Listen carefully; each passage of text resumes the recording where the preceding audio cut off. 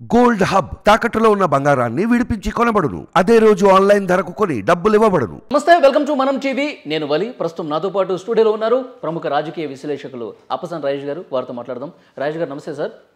రాజేష్ గారు, పిఠాపురం తెలుగుదేశం పార్టీ నాయకులు వర్మ సంచలన వ్యాఖ్యలు చేశారు. వైఎస్ఆర్ కాంగ్రెస్ పార్టీ తమ కౌంటింగ్ ఏజెంట్లుగా రౌడీ మూకలను పంపిస్తోంది. పవన్ కళ్యాణ్ మీద కుట్ర చేస్తున్నారు. పవన్ కళ్యాణ్ మీదే కాదు, రాష్ట్ర వ్యాప్తంగా కూడా రౌడీల్ని పంపించి గందరగోళం చేయడానికి ప్లాన్ చేశారు. భారీ కుట్ర ఇది ఉందని చెప్పి ఆరోపణలు చేశారు. నిజంగా అలాంటి పరిస్థితి ఉంటుందనుకుంటున్నారు సార్? ఎలా జరగబోతుంది కౌంటింగ్ రోజు? మనం పాకిస్తాన్లో ప్రజాస్వామ్యబద్ధంగా ఏర్పడ్డ ప్రభుత్వాన్ని సైనిక కుట్రతో కూల్చేసిన వార్తలు వింటాం. ఇట్లాంటి ప్రయత్నాలు చాలా దేశాల్లో విన్నాం మనం. కానీ మన 76 సంవత్సరాల ప్రజాస్వామ్య చరిత్రలో సార్వత్రిక ఎన్నికల ద్వారా శాంతియుతంగానే మనకి ఇప్పటిదాకా అధికార మార్పిడి జరుగుతూ వచ్చింది. 100 కోట్ల పైకి పడ్డ జనాభా ఇంత శాంతియుతంగా, ఇంత పెద్ద దేశం, ఇన్ని కోట్ల మంది ప్రజలు ఆ అధికార మార్పిడికి ఎట్లా సాధ్యం చేసుకుంటున్నారని చెప్పని ప్రపంచ దేశాలు చాలా సందర్భాల్లో భారతదేశం వంక ఆసక్తిగా గమనించాయి. అంటే మన ఎన్నికల వ్యవస్థలో చాలా లోపాలు ఉంటే ఉండవచ్చు. డబ్బు ప్రభావం, కులం ప్రభావం, ప్రాంతం ప్రభావం, భాష ప్రభావం, ఇట్లా ఎమోషనల్ ఇష్యూస్ని, లేదు ఓటరు తన ఓటును అమ్ముకోవటం, ఇట్లాంటివి జరిగితే జరుగుండొచ్చు. కానీ ఒక సర్టెన్ స్టేజ్ వరకు హింస నడిచింది. ఇప్పటి వరకు బూత్ క్యాప్చరింగు, దౌర్జన్యం చేసే ప్రయత్నం చేయటం, ఓటర్లను భయపెట్టడం, బూత్లో ఏజెంట్లుగా కూర్చొనివ్వకుండా దాడులు దౌర్జన్యాలకు పాల్పడ్డ తీరు, ఇవన్నీ కొన్ని సెలెక్టివ్ పాకెట్స్లో జరిగినాయి. అంతేగాని ఏ రాష్ట్రంలో కానీ, ఏ దేశంలో కానీ, అంటే మన దేశం మొత్తం మీద కానీ మొత్తానికి మొత్తం ఎన్నికలను హైజాక్ చేసిన తీరు ఇప్పటిదాకా మనం చూడలా, వినలా. మొత్తం ఎన్నికల వ్యవస్థని, ఎన్నికల ఫలితాలని బలవంతపు, అంటే బలప్రయోగంతో హైజాక్ చేసిన పరిస్థితి ఇప్పటిదాకా మనం కనివిని ఎరగల. మన రాష్ట్రంలో ముఖ్యంగా అంటే బూత్ క్యాప్చరింగ్లు, అలజడులు, ఘర్షణలు ఇవన్నీ మొదటి నుంచి చూస్తూనే ఉన్నాం. ఈ ఎన్నికల్లో కూడా కొన్ని సెలెక్టివ్ పాకెట్స్లో జరిగినాయి. కొన్ని చోట్ల ఘర్షణపూరిత వాతావరణం జరిగింది. ప్రీపోలు ఘర్షణ జరిగినాయి, పోస్ట్ పోలు ఘర్షణ జరిగినాయి, ఎన్నికల రోజు ఘర్షణ జరిగినాయి. కానీ ఓవరాల్గా అంటే 5 కోట్ల జనాభా ఉన్న రాష్ట్రం ప్రాతిపదికగా చూసుకుంటే ఒక రకంగా శాంతియుతంగానే ఎన్నికలు ముగిసిపోయినట్టుగానే లెక్కేసుకోవాలి. ఎన్నికలు ముగిశాయి. ఈ ఎన్నికలు ముగిసిన తర్వాత పార్టీలకి వాళ్ళకి ఒక అంచనా ఉంది. అంటే సహజంగా వాళ్ళకుండే ఇంటెలిజెన్సు, వాళ్ళకుండే వ్యూహకర్తలు, వాళ్ళ సర్వే బృందాలు, వాళ్ళకి ఇచ్చే ఫీడ్బ్యాక్ని బట్టి ఎవరు నెగ్గబోతున్నారు, ఎవరు ఓడబోతున్నారు అనేది పార్టీలకు ఒక స్పష్టత ఉంది. బయటికి మీడియాలోకి వచ్చి ఎంత గంభీరమైన ప్రకటన చేసినా కూడా ఇంటర్నల్గా వాళ్ళకుండే ఫీడ్బ్యాక్ వాళ్ళకు ఉంది. ఈ నేపథ్యంలో ప్రస్తుతం అధికారంలో ఉన్న వైసీపీ పార్టీ వాళ్ళకి చాలా భారీ ఎత్తున సెట్బ్యాక్ తగలబోతున్నట్టుగా వార్తలు వస్తున్నాయి. అంటే ఇప్పటికున్న అంచనా ప్రకారం 30 సంవత్సరాల అధికారంలో కొనసాగాలని చెప్పని ఆశించిన జగన్మోహన్ రెడ్డి గారికి 5 సంవత్సరాలతోటే ఆయన పాలనకు ప్రజలు ముగింపు పలికేశారు. ప్రత్యర్థిగా ఉన్న ఎన్డీఏ కూటమికి అధికారం దక్కబోతుందన్న వార్తలు వచ్చేసినాయి ఇప్పటికే. ఈ స్పష్టత ప్రభుత్వానికి కూడా ఉంది. ఆ ఉన్న నేపథ్యంలో ఏంటంటే ప్రభుత్వం ఇప్పుడు అంటే ఇప్పటి వరకు అటువంటి ఆశలతోటి, ఆశయాలతోటి ఎన్నికలను ఎదుర్కొన్న ఏ రాజకీయ పక్షమైనా ఓటమిని గౌరవప్రదంగా స్వీకరించారు. జగన్మోహన్ రెడ్డి గారు కూడా అదే విధంగా స్వీకరిస్తే ఆయనకి గౌరవం, సుదీర్ఘకాలం రాజకీయాల్లో కొనసాగాలనుకునే వాళ్ళకి సస్టైనబిలిటీ ఉంటుంది. కానీ ఇక్కడ అర్థమవుతున్నది ఏంటి? ఇప్పుడు 2019లో అప్పటి వరకు పరిపాలన చేసిన చంద్రబాబు నాయుడు గారు ఓడిపోయారు. జగన్మోహన్ రెడ్డి గారికి ఘన విజయం దక్కింది. చాలా స్మూత్గా అధికారం ట్రాన్స్ఫర్ అయిపోయింది. అదేవిధంగా ఇప్పుడు ఆ రోజు ఆయనకు అధికారం కట్టబెట్టింది ప్రజలే. ఒకవేళ ఇప్పుడు అధికారం దూరం చేసిన ప్రజలే. అంతిమ నిర్ణేతలు ప్రజలు.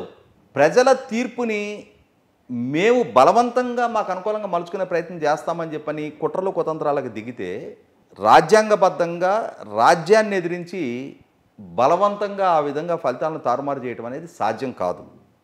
అటువంటి ప్రయత్నాలకు దిగితే ఖచ్చితంగా తాత్కాలికంగా ఘర్షణపూరిత వాతావరణం సృష్టించగలుగుతారేమో తప్ప అంతిమంగా అటువంటి నేరపూరిత చర్యలకు పాల్పడ్డప్పుడు ఆ వ్యక్తులు వాళ్ళ జీవితాలు బలైపోతాయి. మన సజ్జల రామకృష్ణారెడ్డి గారు రూల్స్ ఫాలో అయ్యేవాళ్ళు మనకొద్దు, అడ్డంగా వాదించేవాళ్ళు.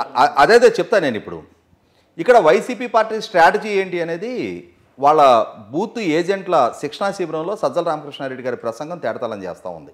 స్థానికంగా రూల్స్ ఫాలో అయ్యేవాళ్ళు మనకు అవసరం లేదు, ఏ ఎక్స్టెంట్కైనా తెగించగలిగే వాళ్ళు మనకు కావాలి. అంటే ఏంటి? బూతుల్లో బలప్రయోగం చేయమనే, ఆ కౌంటింగ్ టేబుల్స్ని ఎత్తేసేయమనే. ఎత్తేస్తే ఫలితం మీకు అనుకూలంగా మారిపోద్దా? ఏమవుద్ది? అక్కడ కౌంటింగ్ సెంటర్లో ఏదో నాకు అలజడి సృష్టించే ప్రయత్నం చేశారు అనుకో, జరిగేదేంటి అంటే ఇంక అక్కడ కౌంటింగ్ ఆపేసేసి ఈ రెండు పక్షాల ఏజెంట్లకి ఒక గిరిగీసి కొట్లాడుకోండి, ఎవరు నెగ్గితే వాళ్ళని డిక్లేర్ చేస్తామని చెప్పని చెప్తారా? జరిగేది ఏం జరుగుద్ది? ఒక సర్టైన్ ఎక్స్టెంట్ వరకు అధికారులు సర్ది చెప్పే ప్రయత్నం చేస్తారు. మీ అబ్జెక్షన్స్ ఏంటో చెప్పండి అంటారు. ఓరల్గా చెప్పేది వాళ్ళు ఓరల్గా సమాధానం చెప్తారు. కన్విన్స్ కాకుంటే రాతపూర్వకంగా మీ అభ్యంతరాలు తెలియజేయండి అంటారు. ఒక ఎక్స్టెంట్ వరకు ఆ గౌరవ మర్యాద నడుస్తాయి. తెగేదాకా లాగారనుకో ఏమవుద్ది?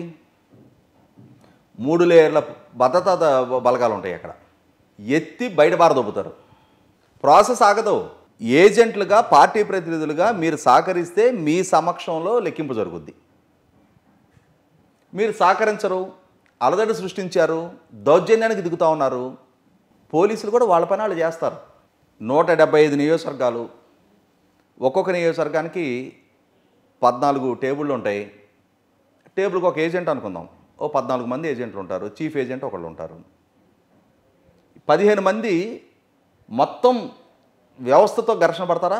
ఒక పార్లమెంటు లెక్కింపు కేంద్రంలో 105 మంది ఉంటారు. ఈ 105 మంది కలిపి పార్లమెంటు అభ్యర్థి తరపున ఇంకొక 105 మంది ఉంటారు, 210 మంది.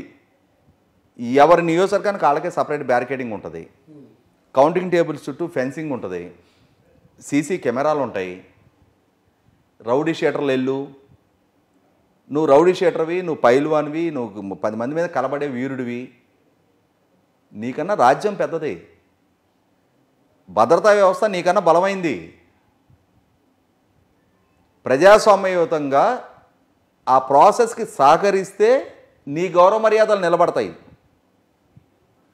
కాదు నేనేదో సైనిక తిరుగుబాటులాగా ప్రజాస్వామ్యాన్ని సవాల్ చేస్తా, దాడులు దౌర్జన్యాలతోటి నా పాదాక్రాంతం చేసుకుంటా అంటే ఇంకెక్కడన్నా నడుచుద్దేమో, ఈ దేశంలో నడవదు, ఈ రాజ్యంలో సహించరు. సార్, ఫలితాలు వెలువడుతున్న క్రమంలో ఆ ట్రెండ్స్ అర్థమవుతున్న సమయంలో విపరీతమైన హింస జరగబోతోంది అని చెప్పి చాలామందిలో ఒక ఆందోళన ఉంది సార్. ఎందుకంటే పోలింగ్ రోజు ఆ తర్వాత రోజు పరిస్థితులు చూసాం. ఇక్కడ ఒకటి అవుద్ది వలి, ఫలితాలు వైసీపీకి అనుకూలంగా ఉంటే ఒక రకమైన వాతావరణం ఉంటుంది, వైసీపీకి వ్యతిరేకంగా ఉన్నప్పుడు కూడా కింద పడ్డా పైచేయి మాదే చేయించుకోవాలని చెప్పిన ప్రయత్నం చేస్తే ఒక సామాన్యుడు తెనాలి ఎమ్మెల్యేకి ఏం బహుమతి ఇచ్చాడో చూసాం. తర్వాత కొంతమంది ఉంటారు, అంటే ఎట్లా అంటారు, రఫ్ క్యారెక్టర్స్గా పేరున్న పాలిటీషియన్స్. ద్వారంపూడి చంద్రశేఖర్ రెడ్డి కాకినాడలో ఆయన బరుగులెత్తిచ్చారు. గోపిరెడ్డి శ్రీనివాసరెడ్డి నరసరావుపేట శాసనసభ్యుడు, ఆయన కార్యాలయం మీదకి దాడికి వెళ్ళారు. ఆయన టీడీపీ అభ్యర్థి ఇంటి మీదకి దాడికి వస్తే వల్లభనేని వంశీ తేలపురోలు గ్రామంలో ఆయన్ని పరుగులెత్తించింది చూసాం. ఇది ఎప్పుడు?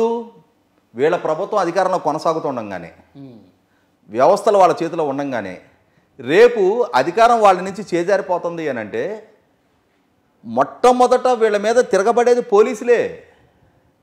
నిన్నటిదాకా మీకు సెల్యూట్ కొట్టిన పోలీసులే మీ ఈపులు బద్దలు కొడతారు రేపు.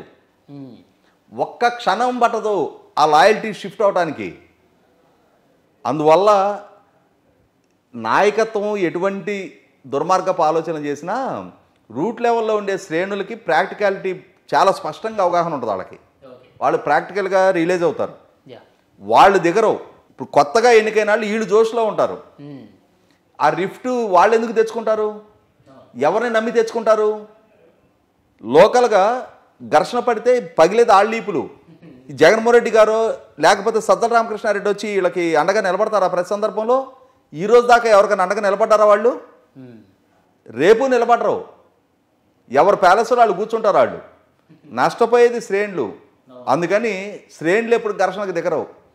ఈ సజ్జల రామకృష్ణారెడ్డి రెచ్చగొట్టే ఈ వ్యాఖ్యలతోటి ఇన్ఫ్లుయెన్స్ అయ్యి ఎవరన్నా కొద్దిమంది ఇప్పుడు కాకినాడలో వర్మగారు ప్రస్తావించినట్టుగా ఏదైనా బూతులోకి వెళ్ళి అలజడి సృష్టించే ప్రయత్నం చేస్తే అంతిమంగా నష్టపోయేది వాళ్ళే. రేపటి రోజున ప్రభుత్వం పోయి అధికారం పోయిన తర్వాత కోర్టుల దగ్గర శనక్కాయలు తినేటప్పుడు వీళ్ళ మొరాలకించే దిక్కు కూడా ఎవడున్నాడు.